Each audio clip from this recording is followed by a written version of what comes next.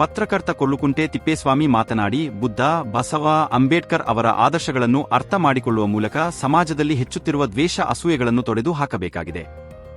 ನನಗೂ ನಾಳೆ ಸಾವಿದೆ ಎಂದು ತಿಳಿಯುವ ಮನುಷ್ಯ ಸಣ್ಣ ಇರುವೆಗೂ ನೋಯಿಸಲಾರ ಎನ್ನುವ ಬುದ್ಧನ ವಿಚಾರ ಜಗತ್ತಿಗೆ ಅರ್ಥವಾಗಬೇಕು.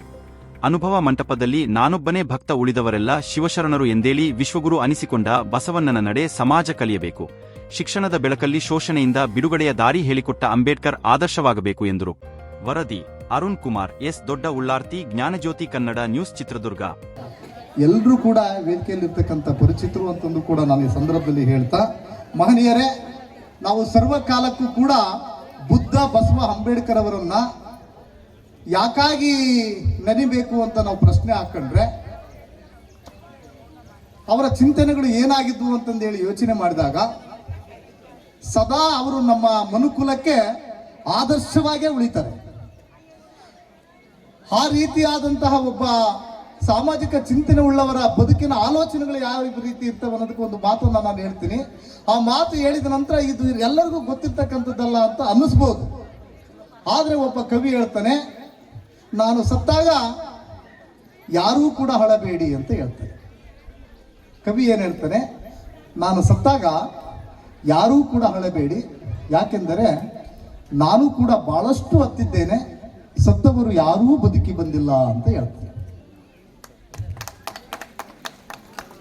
ಆ ರೀತಿಯ ಚಿಂತನೆ ಇರ್ತಕ್ಕಂಥ ಮಹನೀಯರು ಸದಾ ಸಮಾಜದಲ್ಲಿ ಉಳಿತಾರೆ ಅನ್ನಲಿಕ್ಕಾಗಿ ನಾವು ಸಾಮಾಜಿಕವಾಗಿ ಒಂದಷ್ಟು ಎಲ್ಲ ರೀತಿಯ ಹಿತಚಿಂತನೆ ಉಳ್ಳಂತ ಒಂದು ಸಮಕಾಲೀನ ಆಲೋಚನೆ ಮಾಡಿದಂಥ ಬುದ್ಧ, ಬಸವ, ಅಂಬೇಡ್ಕರ್ ಅವರನ್ನು ನೆನಲೇಬೇಕಾಗುತ್ತೆ. ಅದಕ್ಕೆ ಗೌತಮ ಬುದ್ಧ ಹೇಳ್ತಾನೆ, ನಾಳೆ ನನಗೆ ಸಾವಿದೆ ಅಂತ ತಿಳಿದುಕೊಂಡ ಮನುಷ್ಯ, ನಾಳೆ ನನಗೂ ಕೂಡ ಸಾವಿದೆ ಅಂತ ತಿಳಿದುಕೊಂಡ ಮನುಷ್ಯ ಒಂದು ಸಣ್ಣ ಇರುವೆಗೂ ಕೂಡ ಹಿಂಸೆ ಕೊಡಲಾರ ಅಂತ ಹೇಳ್ತಾನೆ. ನೋಡ್ರಿ, ಗೌತಮ ಬುದ್ಧ ಎಂಥ ಮಾತನ್ನು ಹೇಳ್ತಾನೆ. ನಾಳೆ ನನಗೂ ಕೂಡ ಸಾವಿದೆ ಅಂತಂದು ಯಾರು ತಿಳ್ಕೊಂತಾರೋ ಅವನಿಂದ ಈ ನೆಲದ ಮೇಲೆ ಜೀವಿಸ್ತಕ್ಕಂಥ ಒಂದು ಸಣ್ಣ ಇರುವೆಗೂ ಕೂಡ ಹಿಂಸೆ ಕೊಡಲಾರ ಅಂತ ಗೌತಮ ಬುದ್ಧ ಹೇಳ್ತಾನೆ. ಇನ್ನು ಬಸವಣ್ಣನವರು ಏನು ಹೇಳ್ತಾರೆ, ಬಸವಣ್ಣನವರು ಯಾಕೆ 12ನೇ ಶತಮಾನದಲ್ಲಿ ಅವರೊಬ್ಬರೇ ಇದ್ರ, ಅವರ ಜೊತೆಗೆ ಇನ್ನೊಂದಷ್ಟು ಶೋಷಿತ ಸಮುದಾಯಗಳು ಎಲ್ಲರೂ ಕೂಡ ಇದ್ರಲ್ಲ, ಅವ್ರು ಯಾಕೆ ಮುಖ್ಯವಾಹಿನಿಗೆ ಬರಲಿಲ್ಲ, ಬಸವಣ್ಣನವರನ್ನ ಯಾಕೆ ನಾವು ಉಲ್ಲೇಖ ಮಾಡ್ತೀವಿ ಅನ್ನೋದಾದ್ರೆ, ಬಸವಣ್ಣನವರು ಒಮ್ಮೆ ಹೇಳ್ತಾರೆ, ಏನು ಅವರು ಕಟ್ಟಿದಂತಹ ಒಂದು ಅನುಭವ ಮಂಟಪ ಇದೆಯಲ್ಲ, ಆ ಅನುಭವ ಮಂಟಪದಲ್ಲಿ ಎಲ್ಲರನ್ನು ಒಳಗೊಂಡಂತಹ ಒಂದು ಸಭೆಯಲ್ಲಿ ಒಂದು ಮಾತನ್ನ ಹೇಳ್ತಾರೆ ಅವರು. ಈ ಅನುಭವ ಮಂಟಪದಲ್ಲಿ ಇರ್ತಕ್ಕಂಥವ್ರು ಈ ಅನುಭವ ಮಂಟಪದಲ್ಲಿ ನಾನೊಬ್ಬನೇ ಭಕ್ತ ಅಂತ ಹೇಳ್ತಾರೆ. ಅವರೆಲ್ಲರಿಗೂ ಕೋಪ ಬರುತ್ತೆ, ನಾವೆಲ್ಲರೂ ಭಾಗಿಯಾಗಿದ್ದೇವೆ, ನಾವೆಲ್ಲರೂ ಕೂಡ ಪ್ರತಿದಿನ ಬರ್ತೀವಿ, ಸೇವೆ ಮಾಡ್ತಾ ಇದ್ದೀವಿ, ನಾನು ಒಬ್ಬನೇ ಈ ಅನುಭವ ಮಂಟಪದಲ್ಲಿ ಭಕ್ತ ಅಂತ ಹೇಳ್ಕೊಂತಾನಲ್ಲ ಅಂತೇಳಿ ಕೋಪ ಬರ್ತದೆ. ಅವ್ರು ಮುಂದುವರಿಸಿ ಹೇಳ್ತಾರೆ, ಇನ್ನು ಉಳಿದವರೆಲ್ಲರೂ ಕೂಡ ಶಿವಶರಣರು ಅಂತ ಹೇಳ್ತಾರೆ. ಇನ್ನು ಉಳಿದವರೆಲ್ಲರೂ ಕೂಡ ಶಿವಶರಣರು ಅಂತ ಹೇಳ್ತಾರೆ. ಆಗ ಅನ್ನಿಸ್ತದೆ ಎಲ್ಲರಿಗೂ, ಪರಿಶುದ್ಧವಾದ ಮನಸ್ಸು ಇರ್ತಕ್ಕಂಥವ್ರು ಈ ದೇಶಕ್ಕೆ, ಈ ಮನುಕುಲಕ್ಕೆ ಒಂದೇನಾದ್ರೂ ಸಂದೇಶ ಕೊಡ್ತಕ್ಕಂಥ ಆಲೋಚನೆ ಉಳ್ಳವರು ಅನ್ನೋದನ್ನ ಎಲ್ಲರೂ ಕೂಡ ಅರ್ಥ ಮಾಡ್ಕೊಳ್ತಾರೆ. ಅವರ ಆದಿಯಾಗಿ ಬಂದಂತ ಡಾಕ್ಟರ್ ಭೀಮರಾವ್ ರಾಮ್ಜಿ ಅಂಬೇಡ್ಕರ್ ಅವರೊಂದು ಮಾತನ್ನ ಹೇಳ್ತಾರೆ, ಎಲ್ಲಿ ಒಂದಷ್ಟು ಸ್ವಾಭಿಮಾನದಿಂದ ಬದುಕಬೇಕು ಅಂತೇಳಿ ಆಲೋಚನೆ ಉಟ್ಕೊಂಡಾಗ ಅದಕ್ಕೆ ಬಹುದೊಡ್ಡವಾಗಿ ಶಿಕ್ಷಣ ಒಂದು ಭಾಗವಾಗಬೇಕು ಅಂತ ಹೇಳ್ತಾರೆ. ಹಾಗಾಗಿ ಪ್ರತಿಯೊಬ್ಬ ವ್ಯಕ್ತಿನೂ ಕೂಡ ಒಂದು ದಿನಕ್ಕೆ 10 ರೂಪಾಯಿಯಂತೆ ದುಡಿದ್ರೆ ಅದರಲ್ಲಿ 8 ರೂಪಾಯಿಯನ್ನ ನಿನ್ನ ಬದುಕಿನ ನಿರ್ವಹಣೆಗೆ ಬಳಸ್ಕೋ, ಉಳಿದ 2 ರೂಪಾಯಿಯನ್ನ ನಿನ್ನ ಜ್ಞಾನಾರ್ಜನೆ ಕೊಡುವಂತಹ ಒಂದು ಪುಸ್ತಕವನ್ನ ಖರೀದಿ ಮಾಡು ಅಂತೇಳಿ ಅಂಬೇಡ್ಕರ್ ಅವರು ಹೇಳ್ತಾರೆ. ಇಂತಹ ಲೋಕ ಚಿಂತನೆ ಇದ್ದಂಥವರು, ಅವರೆಂದೂ ಕೂಡ ಸ್ವಾರ್ಥಕ್ಕಾಗಿ ಬದುಕನ್ನ ಕಂಡವರಲ್ಲ, ಸದಾ ಸಮಾಜಮುಖಿಯಾಗಿ ಬದುಕಿದಂಥವರು.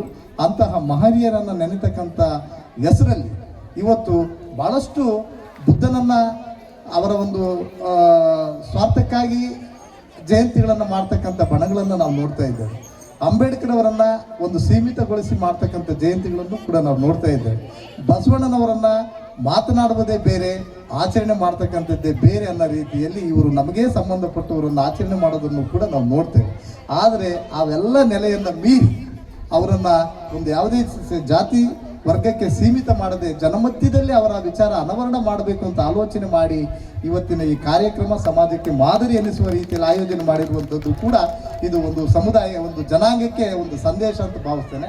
ಹಾಗೆ ಈ ಒಂದು ಜಿಲ್ಲೆಯ ರಾಜಕಾರಣ ಮತ್ತು ರಾಷ್ಟ್ರದ ರಾಜಕಾರಣಕ್ಕೆ ಅತ್ಯಂತ ಹೆಸರು ತಂದು ಕೊಟ್ಟಂಥವ್ರು, ಅವರದೇ ಆದಂಥ ಒಂದು ಜನಾಂಗದ 100 ಮತ ಇಲ್ಲದೆ ಇದ್ರೂ ಕೂಡ ಅತ್ಯಂತ ಆದರ್ಶಪ್ರಾಯವಾಗಿ ರಾಜಕಾರಣದಲ್ಲಿ ಹೆಸರು ಕಂಡಂಥವರು, ಅವರ ಡಿ ಸುಧಾಕರಣ್ಣನವರ ಒಂದು ಒಡನಾಟ ಇದ್ದಂತಹ ಒಂದು ಸಂಬಂಧವನ್ನು ಅವರ ನೆನವಿಕೆ ಮೂಲಕ ಅವರ ನುಡಿನಮನವನ್ನು ಕೂಡ ಈ ವೇದಿಕೆಯಲ್ಲಿ ಆಯೋಜನೆ ಮಾಡಿರುವಂಥದ್ದು ಅವರೆಲ್ಲ ಸಮಗ್ರ ಆಲೋಚನೆ, ಒಂದು ದೊಡ್ಡ ಸಮಾಜದ ಚಿಂತನೆ ಅಂತಂದು ಕೂಡ ನಾನು ಭಾವಿಸಿ ಇಂತಹ ಕಾರ್ಯಕ್ರಮ ಆದರ್ಶ ಆಗಲಿ.